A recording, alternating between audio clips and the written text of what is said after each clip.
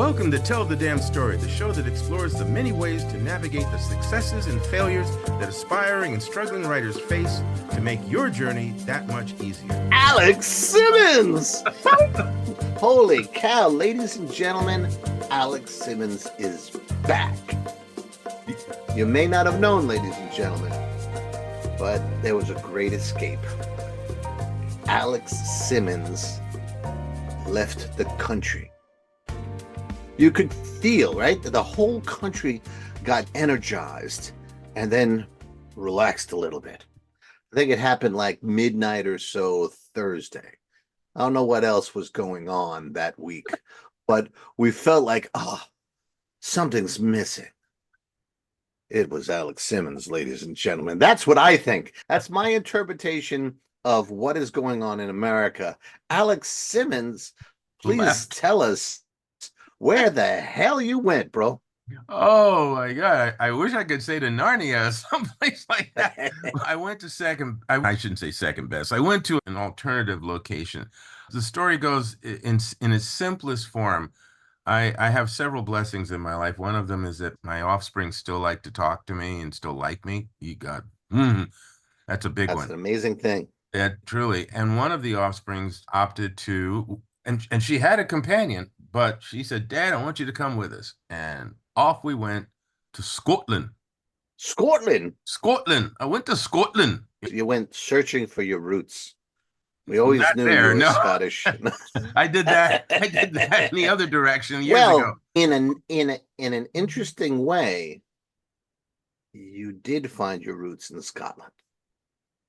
Tell them where you spent most of your time. Oh, yeah, I did. I went to an environment that fed me with energy, like cosmic energy, like Superman absorbing the rays of the sun. I went to Edinburgh, right? And what was going on in Edinburgh? The Fringe Festival. It's an annual event. I believe it's been going on for, I can't even tell you how many years. Because when I was a young actor, many moons ago, in my 20s and early 30s, yes, before the cave painting and all that stuff, this was happening. And I had gotten into a couple of shows that were supposed to go there to perform, but it didn't happen. So I finally got to Edinburgh. And in the Fringe Festival, the best way to describe it is try to imagine almost every conceivable type of live performance acts in one small city. And they're tucked in any space that was available. So you could be on a college campus using their various theaters and halls and things, and the next moment you're in a bar down the street, or you're in an old theater, or you're in somebody's house, or you're in the basement of a church. Any place that there was space. And the shows range from stand-up comedian, he or she in their early 20s, to full-blown musicals and improvisational theater companies with 6 to 9 members. You had drama, you had experimental theater, you had music, you had costumes galore, you had drag, you had burlesque, all of these things, and from different parts of the world. Yeah, that's just creativity on overdrive. That's what I mean. From morning till night. That's another thing. From morning till night. It wasn't just afternoon or evening. It was from from 10 o'clock in the morning until midnight or 1 o'clock. And that's what I meant by you finding roots, because it's all creativity everywhere, and that kind of helps define Alex Simmons. But today we want to talk about your takes from the Fringe Festival. First of all, let's get the most important part taken care of. How was it to be asked to go to the Fringe Festival by your daughter? Let's go there first. Like I said, I don't take that lightly. I consider it a blessing, because my offsprings, I don't even call them children anymore, my offsprings are all of adult age. And we know what that's like. Eventually you hit young adulthood, let alone adulthood, and off you go on your own adventures. And some people don't hear from their kids or can't talk to their kids or they're estranged from their kids or however that goes. And I don't have to live that particular aspect of my life. The other thing is when your child or your offspring has an opportunity to go on a wonderful adventure with their chosen partner, and they go, yeah, come with us, because we were there Wow. before last year and we saw lots of Scotland and we saw a bit of the Fringe, and we know the Fringe is going to be fantastic and you'd enjoy it. Mm. You'd enjoy it, and we want to take you. Not, Dad, reach into your pocket and put, but this is our gift to you. Yeah, I went, okay, I can't think of a reason to talk my way out of that. Oh, Yeah. yeah. So it was wonderful because I enjoy their company. That's the first and foremost. There was no friction. Big Yeah, blessing. Just to big, be big. in, Yeah, spend time yeah, with them on like on mutual terms. It's yeah. always, and as they get older, I find that more and more. Yeah, and I think, yeah, we're talking about parenthood and how you interact with your children. But the other end of it too is as writers, as creatives, it's maybe easier for some of us to be open to everyone else, but our family, that's different. They have roles to play in our lives, and I'm always going to be up here because I'm the elder and all. You got to be open to hearing where they're Oh, coming yeah. from and what they're Yeah. thinking and what they're turned on to or turned on by, and what they're not, because now you're having real communications with them. Right. Whether Right. you agree or not is not even the question. It's like you're hearing them as the people that they are. And and and as parents, you have to adjust because when they were little, they weren't like books, right? You were trying to edit the bad chapters out. Oh, you can't go there. You can't. Really, No, this is not age appropriate you here. have to No, no, be in no. by this time or whatever. But Yeah. now they're adults, and it's like when you release the book out into the world, you don't have, or piece of acting or whatever. We've both done all that stuff. You don't have any control over it, and it has a life of its own. Yeah. And as living, breathing creations, now you don't get to edit.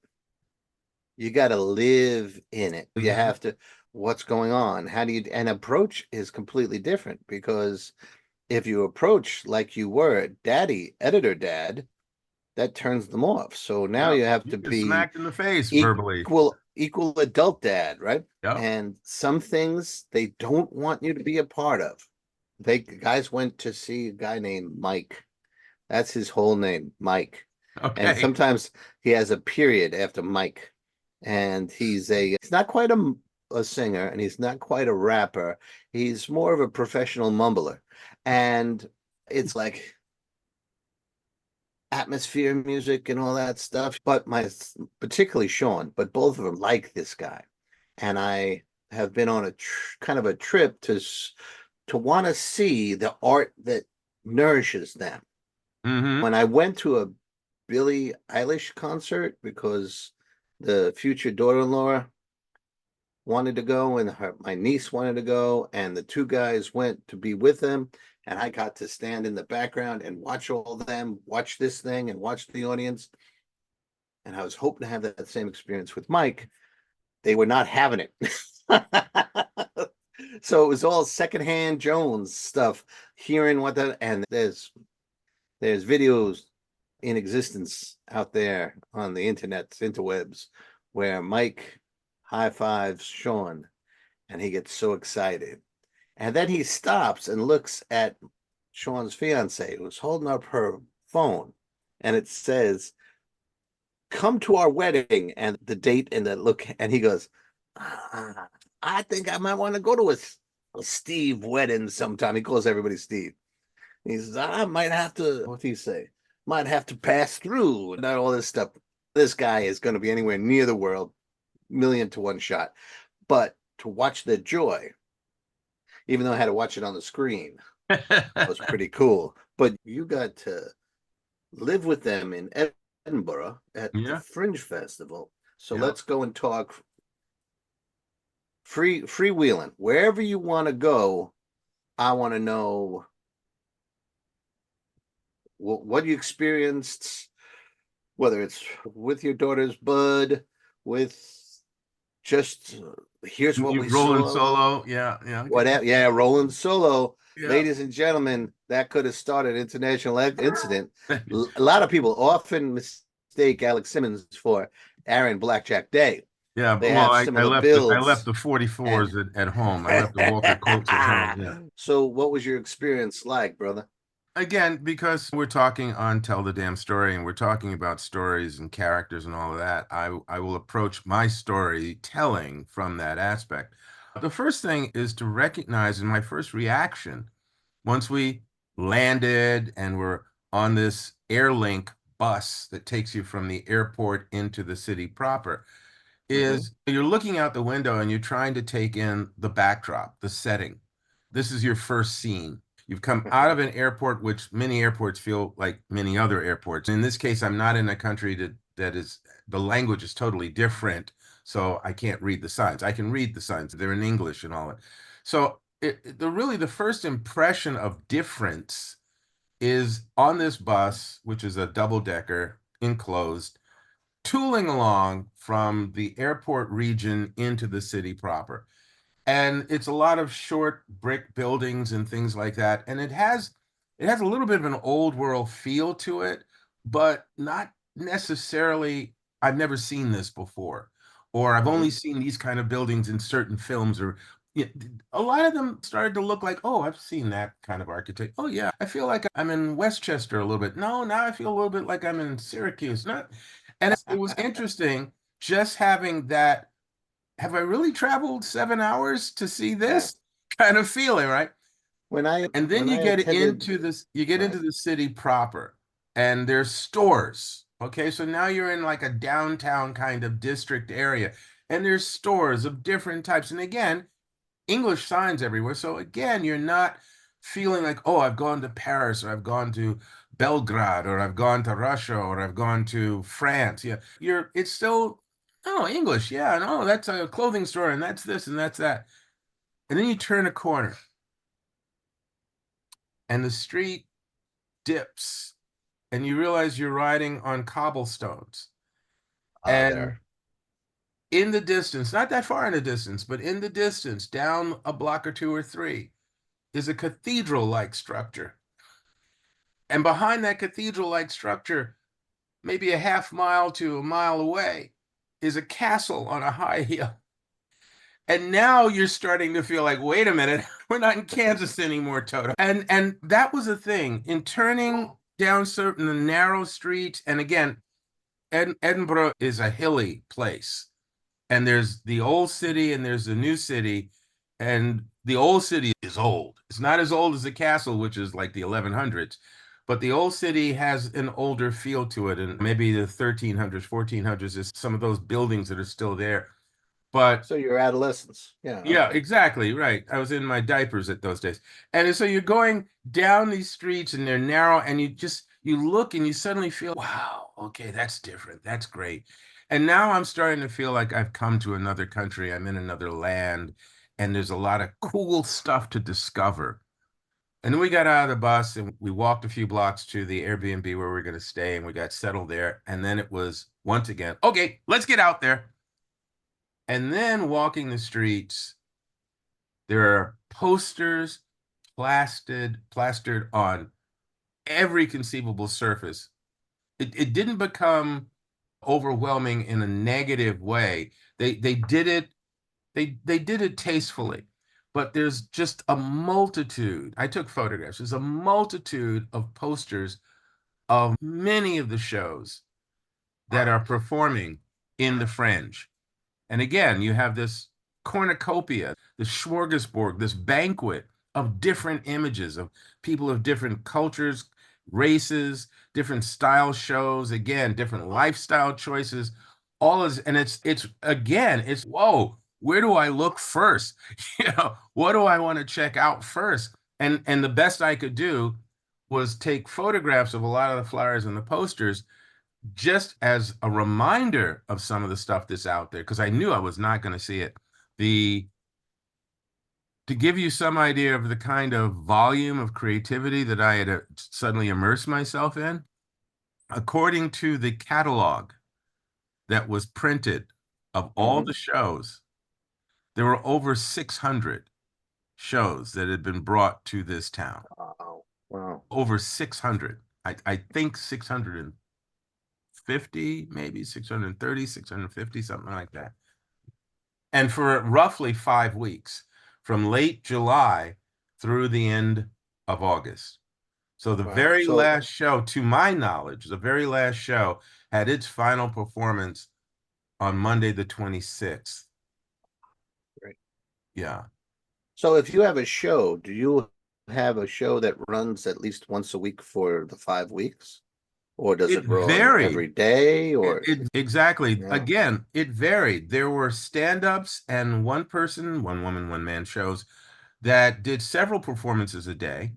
And there were others that did one performance a day. And there were some casts that had like maybe 8 or 9 members or maybe 10 members. And 5 would do the show one day and then they'd alternate and other 5 would do the show the next day. And in the case of one show that I saw, which was called it's a comedy improv group called Murder She Didn't Write. All right. Yeah, exactly. Very much Jessica Fletcher from Murder She Wrote meets Agatha Christie in terms of the feel and the fun of it, and some of the template that they used to build the stories around. That was that kind of a feeling, and very much audience participation. The actors flipped. They flipped roles each time they did a performance because it was improv, Wow. right? So they flip roles. And then again, sometimes maybe one actor would have Tuesday off and be on Wednesday, and then have Thursday off and be on Friday. Right. You do it 7 days a week.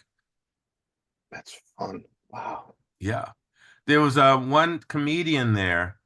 And again, the range of stand-up comics that I saw, there was a young man who's maybe in his mid-20s, did a piece called Scumbag Billionaire.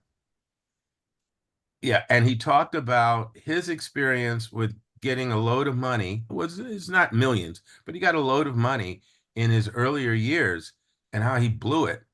And he used that story, that personal story, to also connect with the mindset of certain wealthy people who abuse their scenario or blow through their money on a grander scale. And there was some societal commentary in there and some political commentary in there.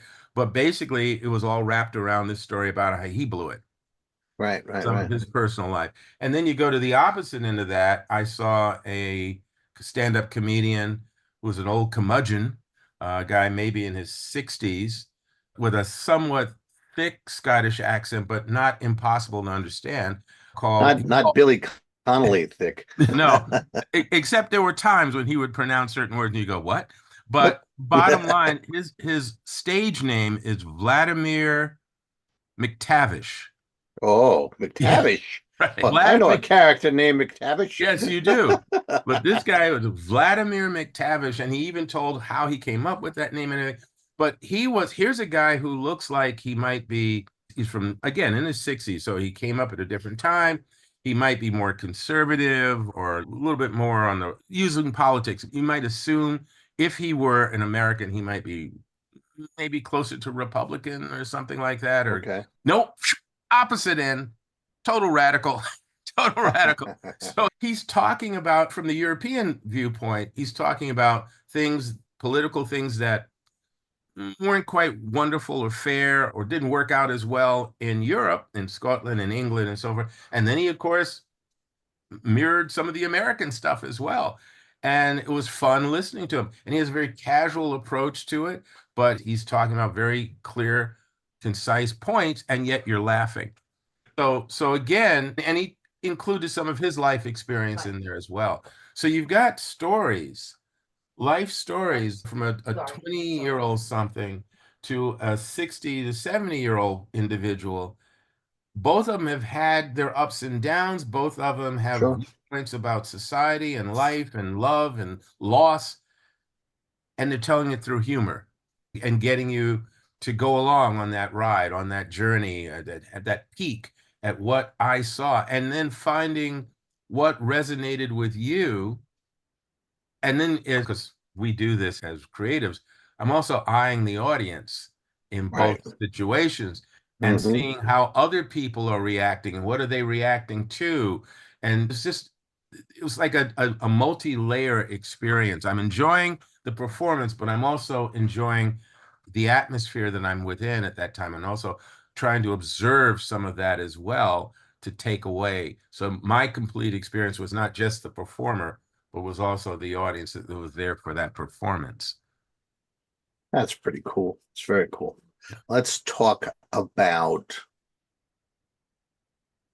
All right, we're going to start asking these questions that you don't know are coming. Hey, I'm ready for you. I'm ready for you, coach. All right, we're going to get back to the shows. Okay. Mm-hmm. What was your biggest challenge living day to day in Scotland? In some countries, it would be the language. In other countries, it would be the food. Sometimes it's the culture. The only thing that I could see as a real challenge for me while I was there had nothing to do with culture or race or religion or politics. It had everything to do with age. Oh, everybody else was so much older than you? No, my age, you turkey, my age. I make comedy. Yeah, you funny man, right? It's funny. The fact that I'm not 30 something, 40 something, 50 something even anymore, and also that a portion of my creative life is sedentary. I sit and I write a lot. Like you're standing now, which is great. I should be doing that right now. I have a contraption for that, but I'm not using it. I am leaning on my contraption as we speak. Yeah, there you are. You're leaning on it. You're standing tall with a rod up your back. I do here in New York, you walk a lot, you take the steps into the subway. There are escalators and elevators. Sure. I tend to use the stairs as much as I can. But no aspect of the way I've been living my life the past 2, 3, 4 years prepared me for walking around Scotland, or in particular Edinburgh, because there's a lot of hills. Oh, yeah. There's a lot of steep hills, narrow sidewalks, and steps. Stairmaster veterans would look at those steps and go, "Oh, hell no." I don't want to see that show that much. Yeah, but yeah, and my daughter and her boyfriend they're considerably younger, and they've taken those steps, and they were respectful. They understood they got an old curmudgeon here hanging on there. So they go, "Dad, do you need to wait?" I said, "Yeah, in this case, just give me a moment." Just came up that steep hill, right? Okay, now I got to go up 3 flights of stairs, 3 flights of stairs.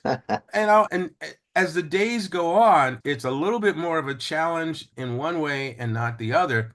But the first one was the first time I saw the steps in this particular area. And I went, "Oh God, can I do this?" Right. Because I'm also I'm not svelte here. I'm not slender. I'm not in the kind of shape that he's in, thank God. No, but so it was a question.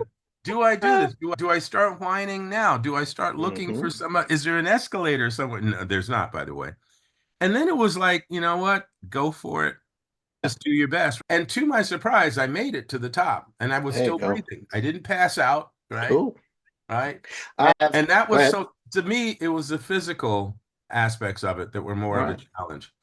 So I got 2 more of experiential questions before we get back to the fest, and they're both positives. Best surprise regarding food?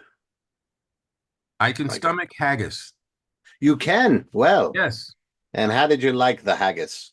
I can stomach haggis.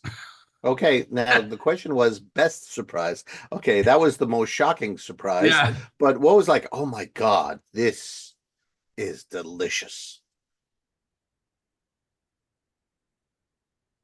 Son of a gun. See that? Yeah, cutting, insightful questions here on Tell the Damn Story. Here's a challenge here. I had a dessert that had some sort of a custardy, puddingy, and I cannot remember the name of it, but there was a dessert that I will not eat on a regular basis because it will blow up like the blimp, but was wonderful, but I can't remember what the heck it was called. All right, if it comes back to you. Yeah. Boom. The related question is best or most enjoyable surprise with drink. What did you drink that you said, oh, this is wonderful, even if you could never do it on a regular basis? I can't do it on a regular basis because what I did do is, and I try and do this whenever I go to any country, I try to have whatever is local. Yes, I yes. try and taste something that's local. I went into a place called The Last Drop. It's a tavern. Ah, The tavern. oh, a tavern. Yes. And I asked for the local ale, local lager, and they gave me, and I asked for a pint. Just so There you go. I don't drink beer a lot. I drink Sure. wine more so than beer and hard liquor. I drink wine, and usually a Chardonnay. So I said, let me have a pint of your local lager, your local beer, and it was damn good. It was Mhm. really damn good. I had two pints. There you go. Yeah, and the camaraderie helps too, and we'll go into that too about people, about the Well, types of people that I met. that's the segue. How'd you find the people? I opened the door and there they were. Yeah, they were, and they charged at me with the pitchforks and the Well, flame. how was the interaction and the friendliness or lack thereof? What was your experience? Again, there are black people in Scotland. I'm not sure where they're from. Some are probably from the United States, but others are more than likely from the West Indies and from England and who knows where else, Africa. The mother continent. Yeah, but so I wasn't the only one. Like when I went to Russia some years ago, and I'm walking the city streets for hours, and I am the only one. I'm the raisin You in are the the barrel representative. of Yeah. white rice. Yeah, this was cool. But not only did I meet locals who were cool, and again, different age ranges and types and all Sure. that, I kept running into people from other countries and who were eager to have conversations. I mean, almost anywhere I went, somehow, some way, I got into conversations with people, whether they were tourists or locals, about the fringe, about life, about politics, about whatever. People were communicative. There were literally anywhere you turn, there was either something visually stimulating or there was a conversation to be had. And there was, again, even street performers. I didn't mention that. There were also street performers there, again, from different cultures and different backgrounds and different. So I saw a group of Japanese dancers doing a street dance performance that had a very hip hop heavy theme.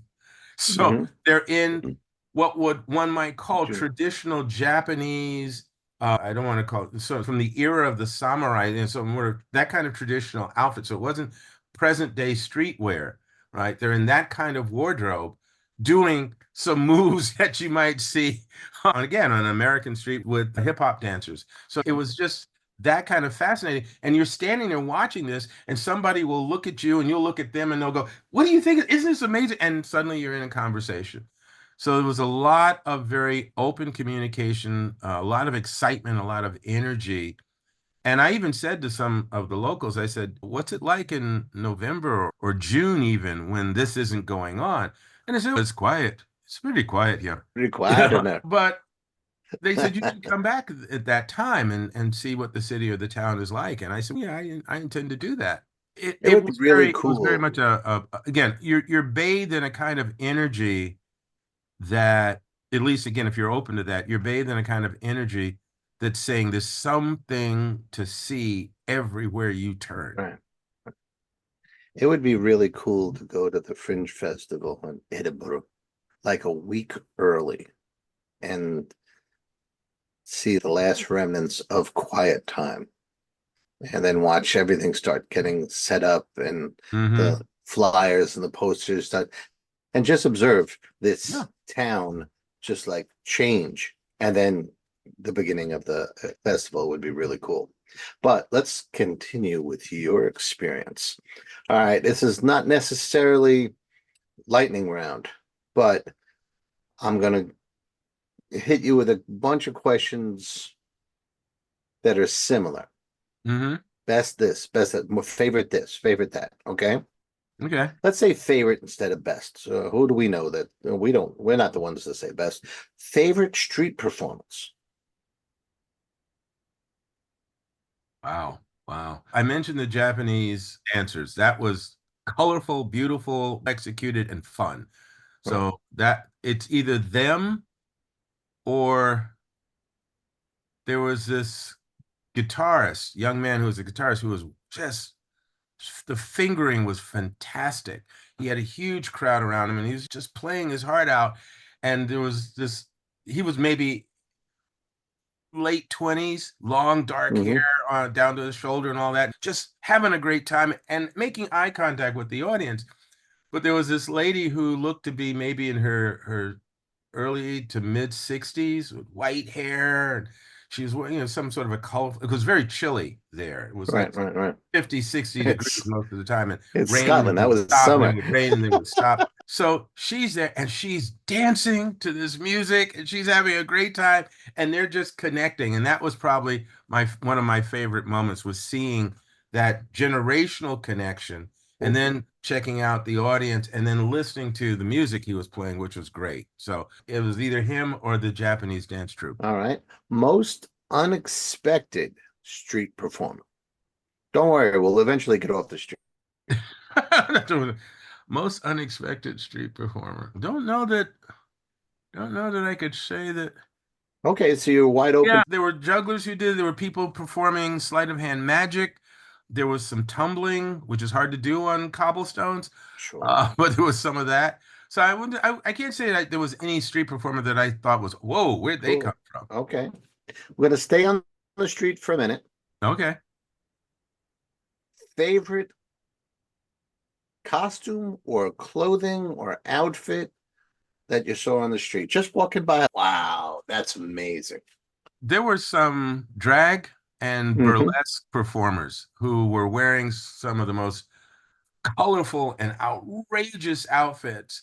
And some female impersonators too that you would come across because they were either coming from their show or promoting their shows or Right. maybe just going to a meal.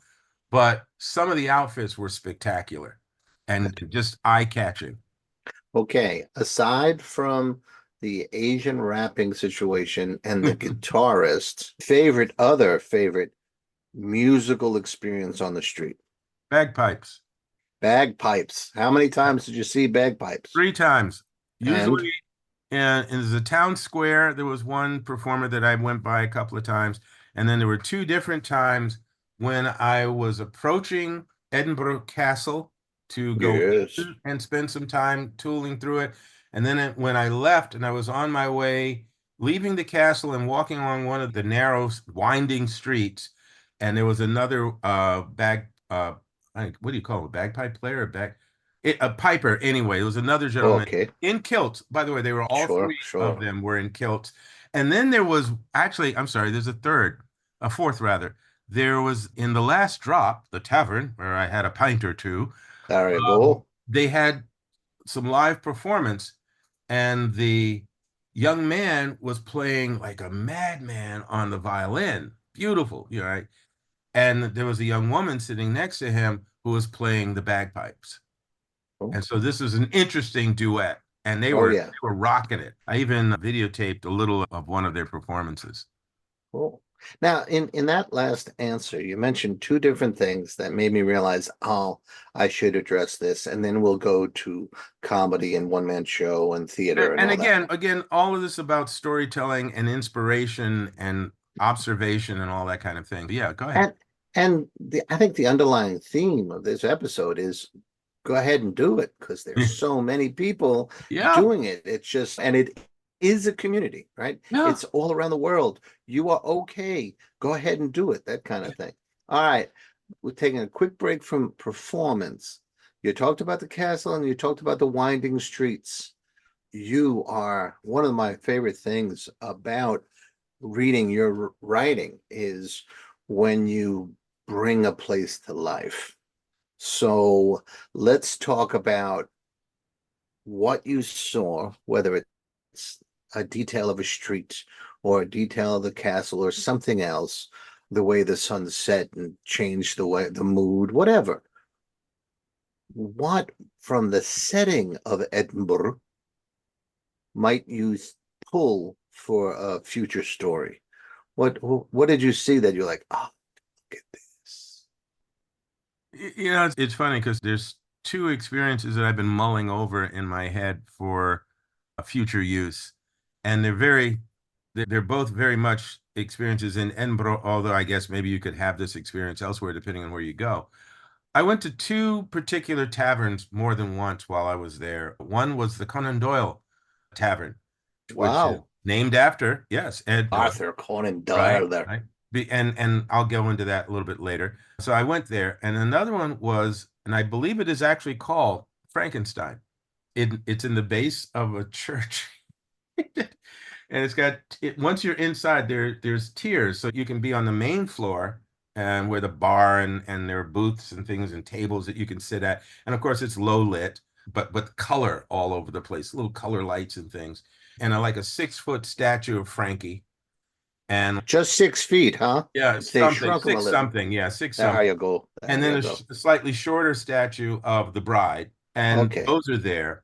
And when you walk in, first of all, there's a 7 foot statue by the front door as you step in. So that seems to be some metal, like bronze or something like that. You're amused by this. And then you go through another set of doors, and now you're in this darker wood with, again, the ornate bar with the metal bar going around with these, so the handrails you can hold on to, I guess, when you've had a few too many. And that's there. And then again, to your right, and it's smoky too, because people smoke in Scotland. Edinburgh. Yeah, in Scotland they smoke, as they do, I guess, in England too. But anyway, there are booths there, and then there are these isolated little tables. Some you can sit up on bar stools, and others you can sit down in regular sized chairs, and they're there, and they're playing karaoke music, right? With a screen. So you walk in, the bar runs the length, and then at that far side of the bar, there's a big screen where the words are, right? And there are people on a microphone stand, and they get up there and they sing. They attempt to sing their favorite song to the best of their ability. And then you look up on the second level, and there's small tables up there, and people looking at the activity down on the main floor. And then you notice there's something in the ceiling, but the ceiling is another floor or so up, and you're going, I can't quite make out what that is, but it's a flat, extended, almost like somebody hung a door up there, but in a landscape form. And you're looking at that and you're thinking, why is that up there? Okay, maybe it's just something strange, a patch, whatever. So I got my seat and I'm sitting with my daughter and her boyfriend, and we're having a good time. And suddenly we hear people. There's no karaoke right now. We hear da-na-na, da-na-na-na-da. Mm. That's the organ music, the staccato fugue in D minor, which is great, creepy music, organ music for the old 1930s sort of Frankenstein or Dracula films. And so this music is playing, and everybody's getting excited and electrified and everything. And I'm going, what's happening? Because I can tell now something's going to happen. And I happen to glance up, and I see that flat surface now is lowering. Ah. And there's a light underneath this greenish that's suddenly shining on this flat surface, and it continues to lower. And then there's another green light that's hitting whatever is on this flat surface. Right. And I realize it's a table, and laying on the table is a body. Sure. Yeah. And then there's a crackle of thunder and lightning and all that, and suddenly the body starts to rise, and it's the monster. Of course, of Yeah. course. And That's the great. fugue, and everybody's cheering and excited and toasting and raising their glasses. And I, of course, jumped up and took a couple of pictures of it. And then it lies back down, and then it rises back up. And you can tell everybody's just got a rush from that. Sure, Tremendous sure, rush from sure. that. They're ordering more That's beers and whatever else they're drinking, and more excitement. And then we go back to karaoke. cool. So now Just a wonderful experience. that's beautiful. Let's talk about the Arthur Conan Doyle place. Yes. Okay. Victorian feel, dark Okay. wood, Yes. mirrors, brass. There's an electric candelabra hanging over the dinner area And then there's smaller inset candelabras that are attached to the wall. Yes, back in the 1800s, these would have either been gas or candles themselves, but these are all electric, but the look and the feel is still there.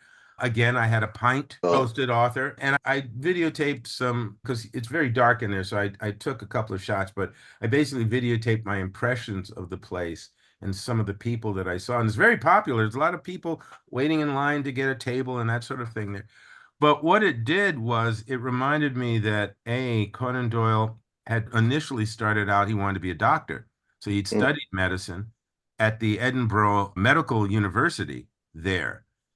And it was there that he met Dr. Joseph Bell, who was the inspiration for Sherlock Holmes, because Bell could look at a person and just by observing the way they move, things about their hands, their face, their body language, their clothing, their shoes, could deduce multiple things about them, where they came from, what they do for a living, so forth and so on.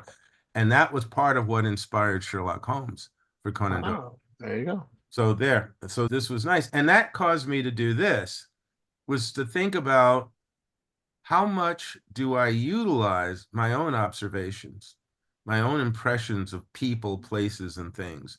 Do I just see them and think, oh, I'll remember that? Do I make enough notes? Because I do take notes at times.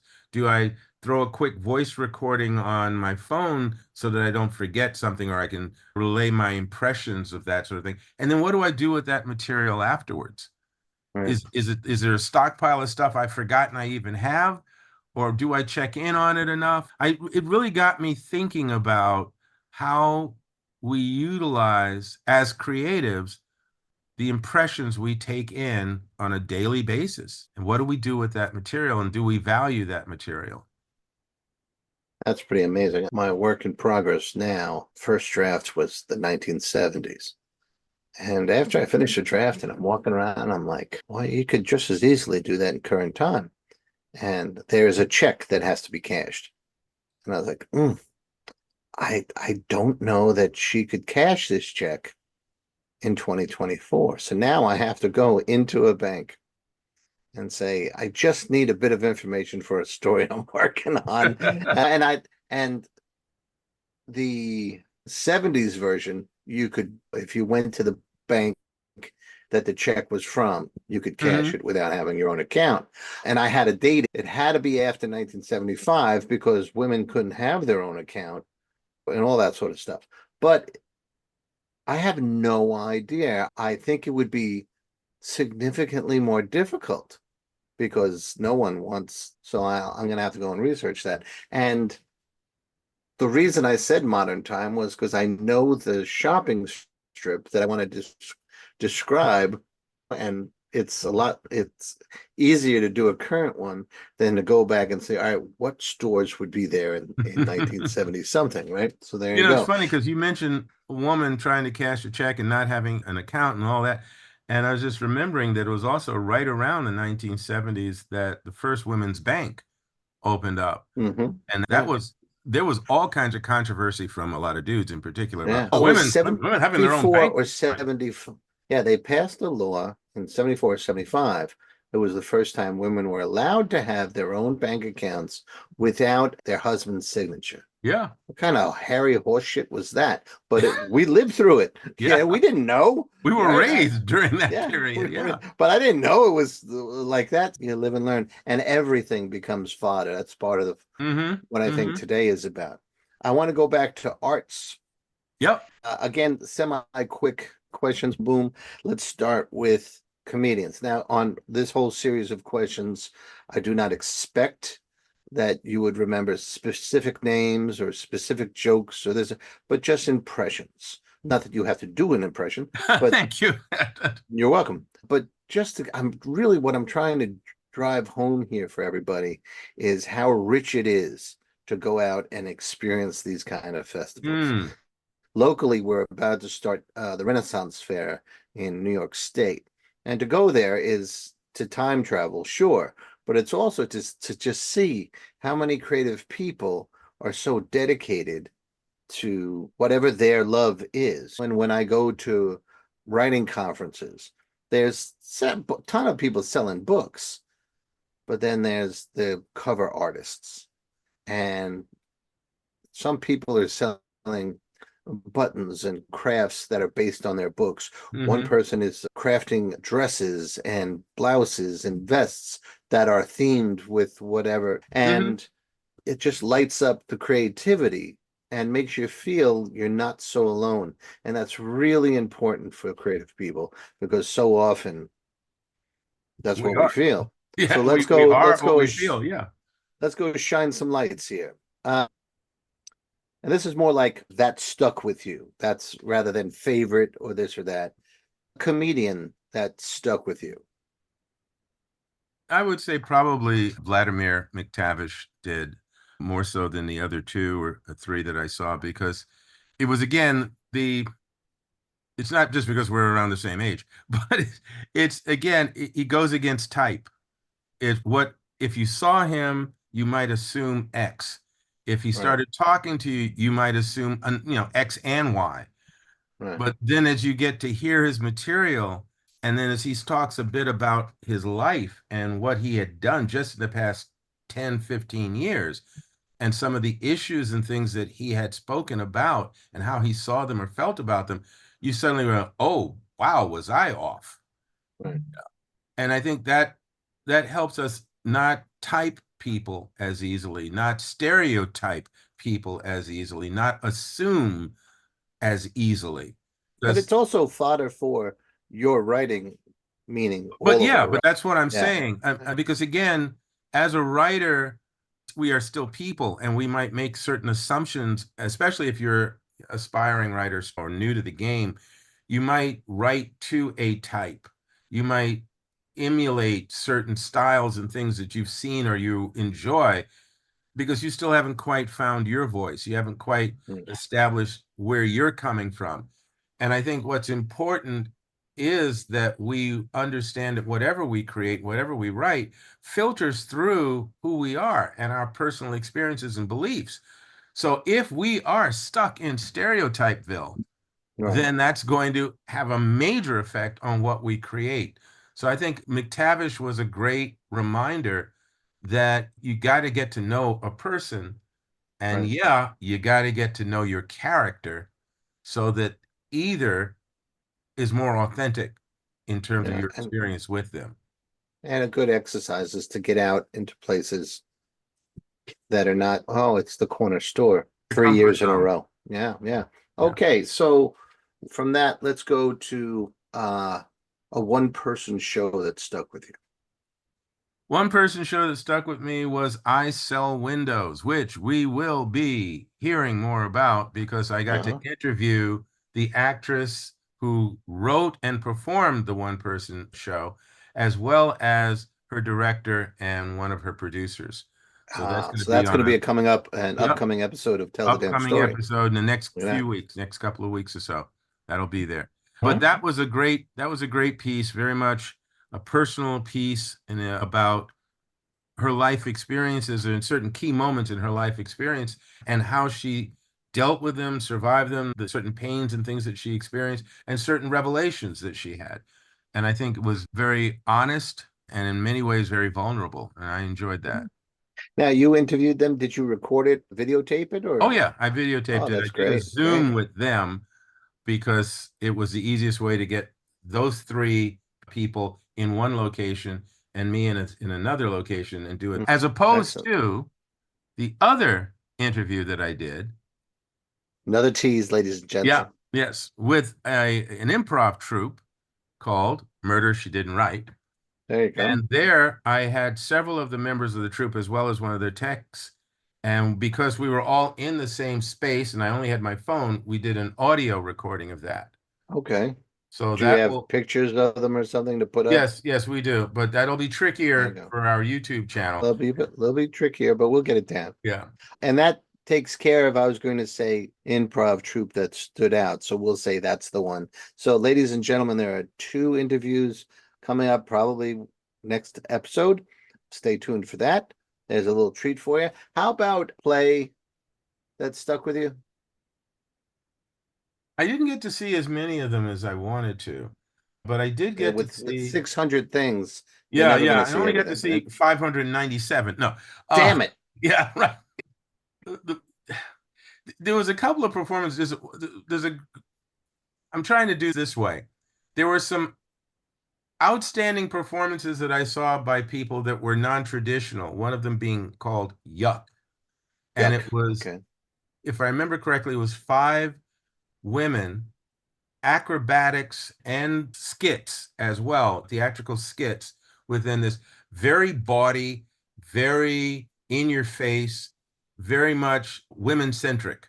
Okay. How they see the world, how men interact with women. They did some skits and things where they acted out these bawdy, loud, dudes who are all testosterone and pumped. And that was a fun show. Plus, within that show, there was the aerial acrobatics that they did on the rope that was just unbelievable. So that was exciting in its own way, and that's a different discussion.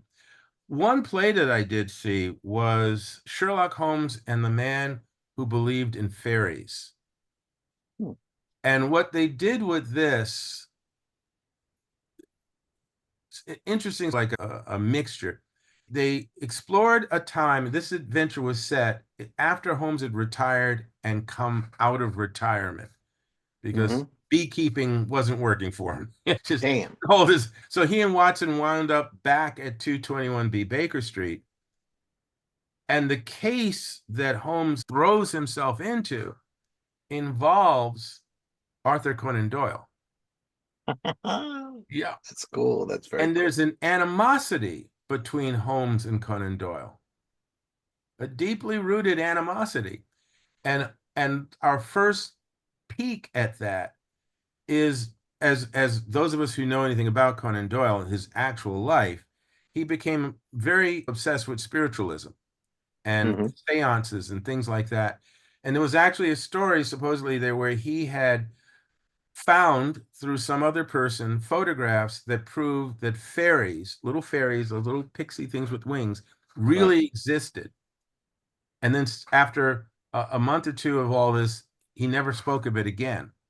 Right. And Holmes becomes irritated when this first comes out because he's very logical.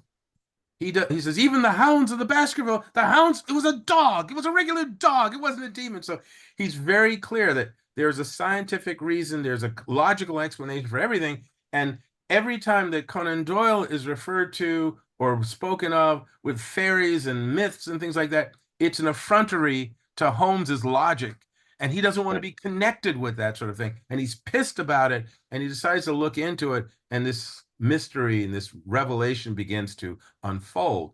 And at the same time, we're seeing where Holmes's head is at that point in his life, where Watson's head is, and eventually where Conan Doyle's head is, and how they clash. And so that was an interesting way to explore that theme. And I enjoyed a good portion of the play, the story concept. It's taking, as many have done with the Sherlock Holmes character, taking an iconic character who's very set in the world that he existed within and Mm-hmm. going, what if? And then exploring that. And in this case, having the creation in conflict with its creator, but as if they were both real people.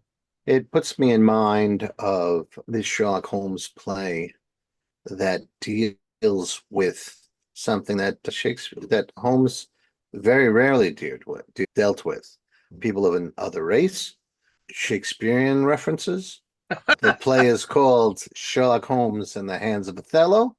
And as I understand it, we know the author and we know the soon-to-be publisher of a solo stand of that play.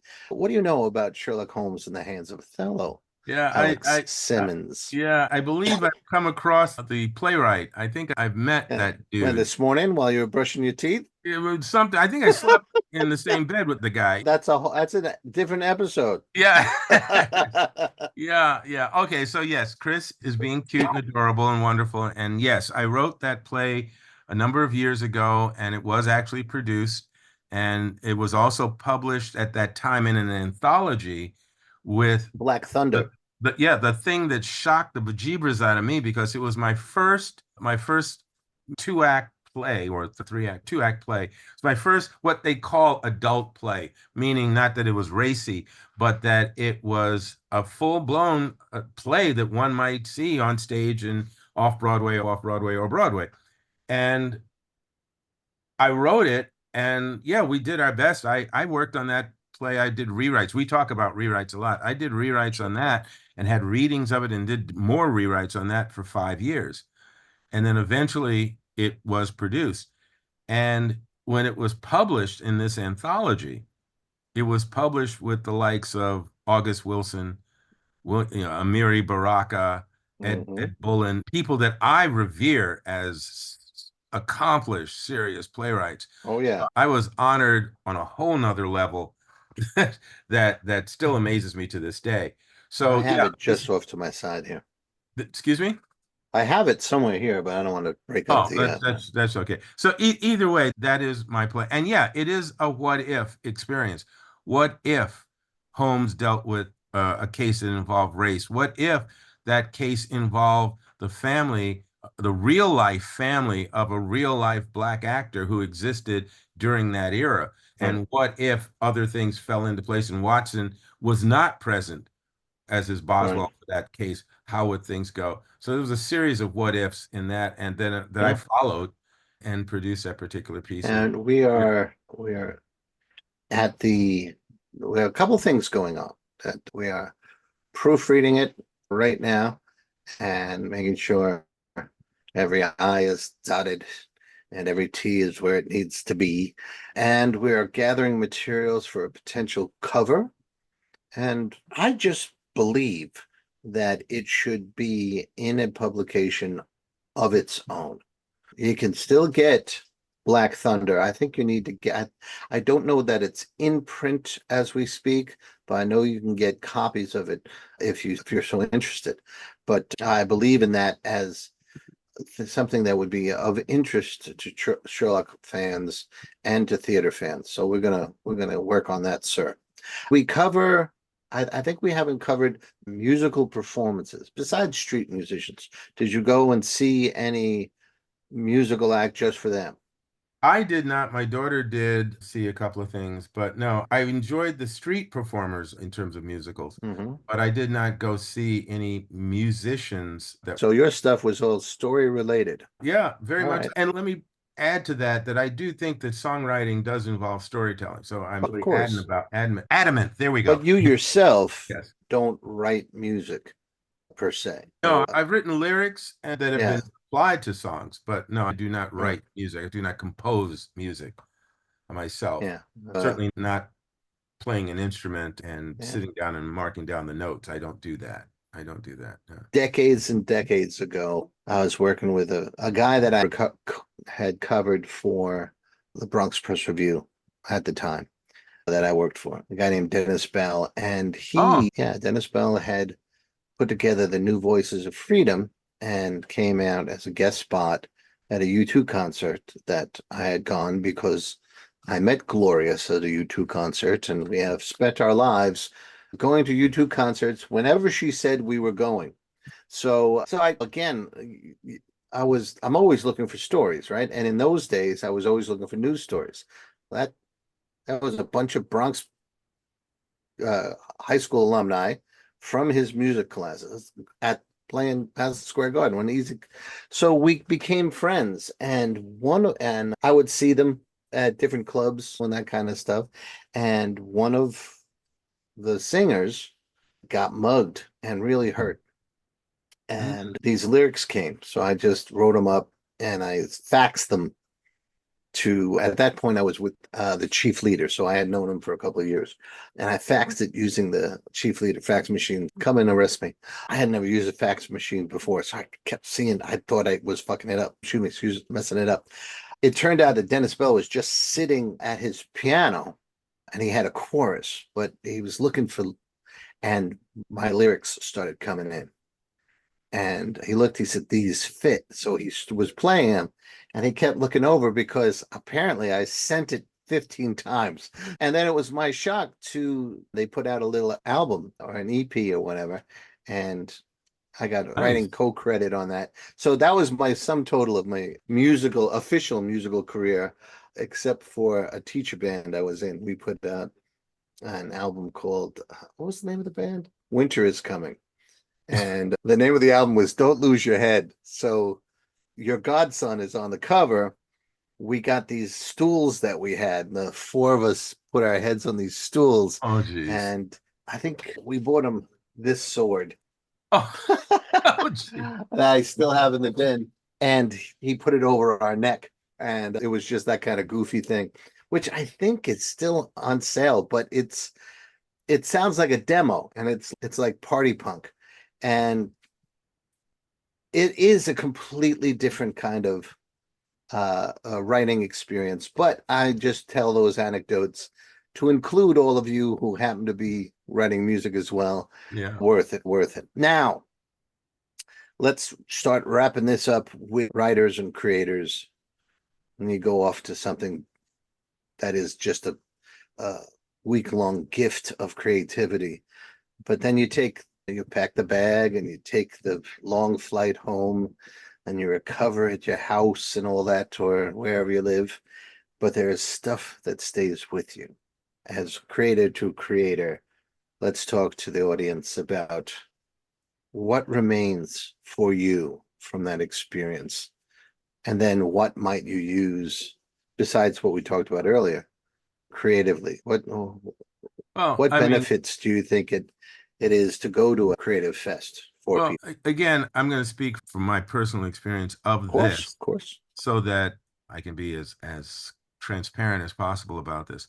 I think the first thing that's going to stay with me is I did it with my daughter, Yeah, and watching all the shows and all that was wonderful and great, and meeting people was fantastic and everything, but also having that time with her and hmm, watching her go through some of these things and enjoy some of these things. And I quite often I would say, okay, what do you guys want to do? What do you want to see? What do you? And so I would follow them sometimes and just go where they wanted to go. And hmm, that gave me some insight into what kind of material that she is interested in, what yeah, fascinates her and all. So that was true treasure time. yeah, And I will hold that one close for a long, yeah. long, long time. We all know what a parent's biggest addiction is, and it just want to be around. You Yep. just want to just watch at the very least. Yeah. So there's that. What And then else you got? there's the shows were again so eclectic, so varied, so different, and performed in so many different ways and in so many different venues, and yet a common denominator, I would accurately say for 10%, but I would take the wildest guess and say I will bet 60 to 70%. The common denominator was the human experience. Oh yeah, yeah. Life, That's love, what we do. Yeah. pain, searching, where do I fit in? Who do I belong? What do I celebrate? In comedy, in drama, in improvisation, in the music that you were hearing, watching the people react to it, watching the musicians playing it, there was that human experience, the joy, the creativity, the sharing. That was, I would even go further. I would say 80, 90% was a Yeah. common denominator. And then the lesson to be learned from a political standpoint and a socialization standpoint is, as dark as these times can be, and there's centuries of dark times. We Sure. keep going in and out of them, in and out of them. As dark as these times can be, yeah, I was in this one town and crap was happening elsewhere in the world. But I was in this one town with thousands of people, and there was joy, and there Yeah. was curiosity, and there was eagerness to meet and see and talk and share. And I'm going to take that back too, that the media chooses what it wants to show us because of what they feel sells, what gets a rise out of people. And more often than not, as far as they're concerned, it's not good news. There's not a lot of coverage of thousands of people getting along, but there will be hours and hours and hours of two people cursing each other out, yelling and lying about each other, shooting at each other. There will be thousands of hours of that. And I choose to remember that's not all that's going on. Right. And this, again, the cornucopia of reflections of life, even people talking about the pain that they went through that pain, and then they chose to, in this creative way, share that and show that and build on that and touch the lives of other people watching that. And you could see people shaking their hands and talking to some of the performers. Oh, I really love this, or that reminded me of such and such, or you're so right about, just bonding. And that's a part of the experience. And as a creative, I'll conclude here, as a creative and as a person that I am, the kind of person that I am, I think that it's a benefit, no matter where you go, it's a benefit to get outside your comfort zone, to see what you don't see on a regular basis, to stir that curiosity in you, to have those experiences, and then, as you said a moment ago, to come back home and reflect on that, to give thought to that, to process that, and to note how it makes you feel. Yeah.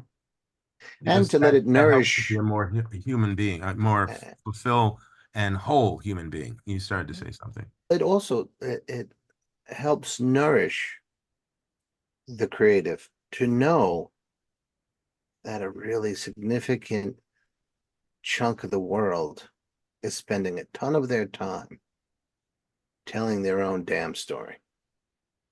And the thing like Fringe Festival or the Renaissance Fair or any of these things, book conferences, any of those music fests, it's all the communal experience of telling our stories, of saying, yeah, one, I'm alive, but two, you're not alone.